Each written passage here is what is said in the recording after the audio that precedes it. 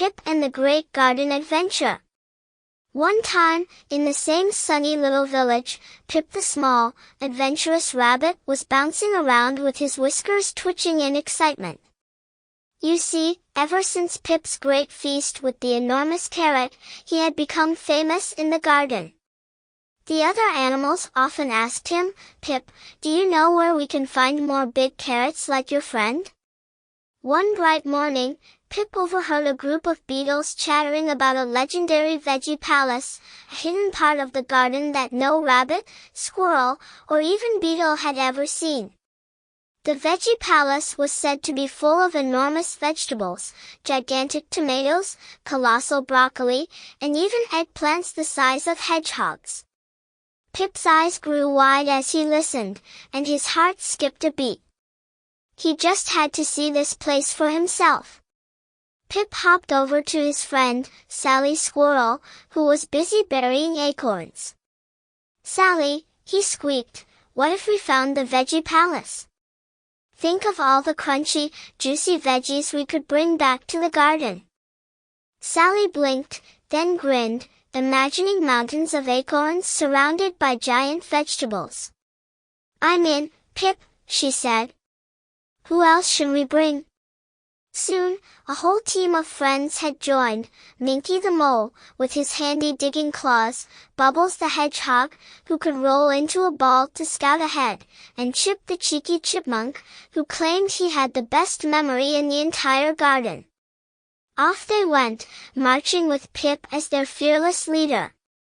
The Veggie Palace was rumored to be deep in the far corner of the garden, past the big rocks, across the squishy mud puddle, and through the twisty bushes. The first stop was the big rocks. As they reached them, Pip realized there was no easy way over them. "Everyone, let's climb," he said bravely, even though he was a little nervous.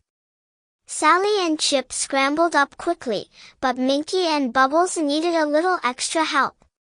Chip found a big leaf they could use as a slide, so one by one, they slid down the rocks, landing in a pile of giggles.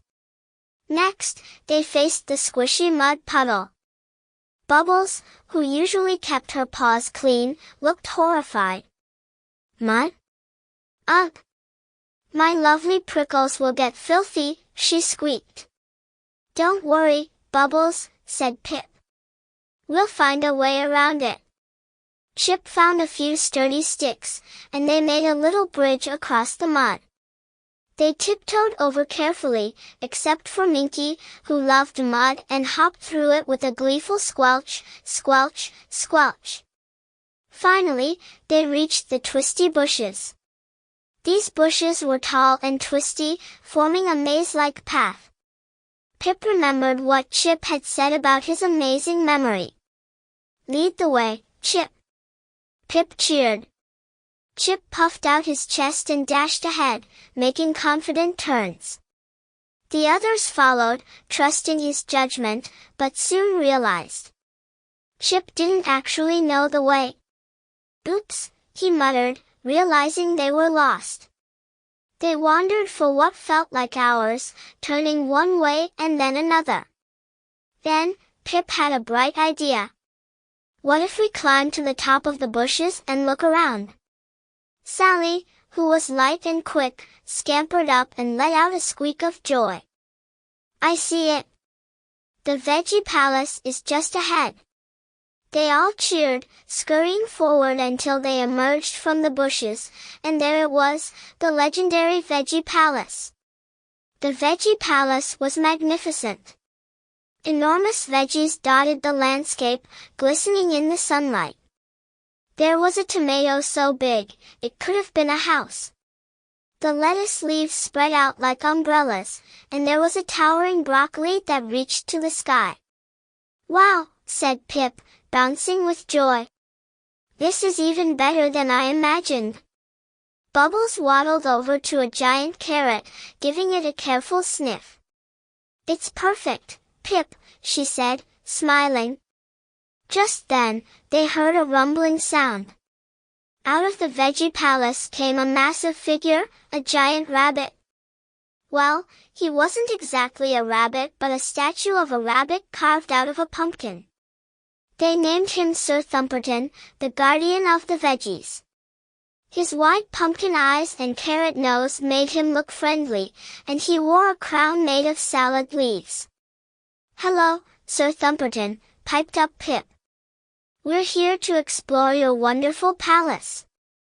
Sir Thumperton didn't reply, being a pumpkin, but Pip felt like he was smiling at them anyway. They spent the entire day exploring and tasting the veggies, which were even juicier and tastier than they had imagined.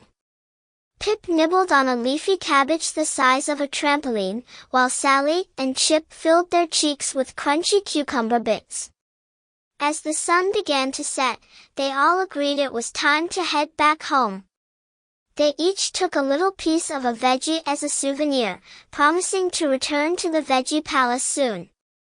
On the way back, they retraced their steps across the twisty bushes, past the mud puddle, and over the big rocks, laughing and sharing stories about their adventure.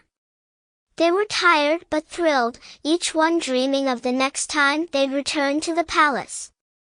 From that day forward, Pip and his friends became known as the Great Veggie Adventurers, and every young animal in the garden would listen wide-eyed as they told tales of their incredible journey to the Veggie Palace and the day they met Sir Thumperton, the pumpkin rabbit. And Pip, whenever he saw a big carrot, would chuckle to himself, remembering the incredible adventure and his friends who helped make it happen.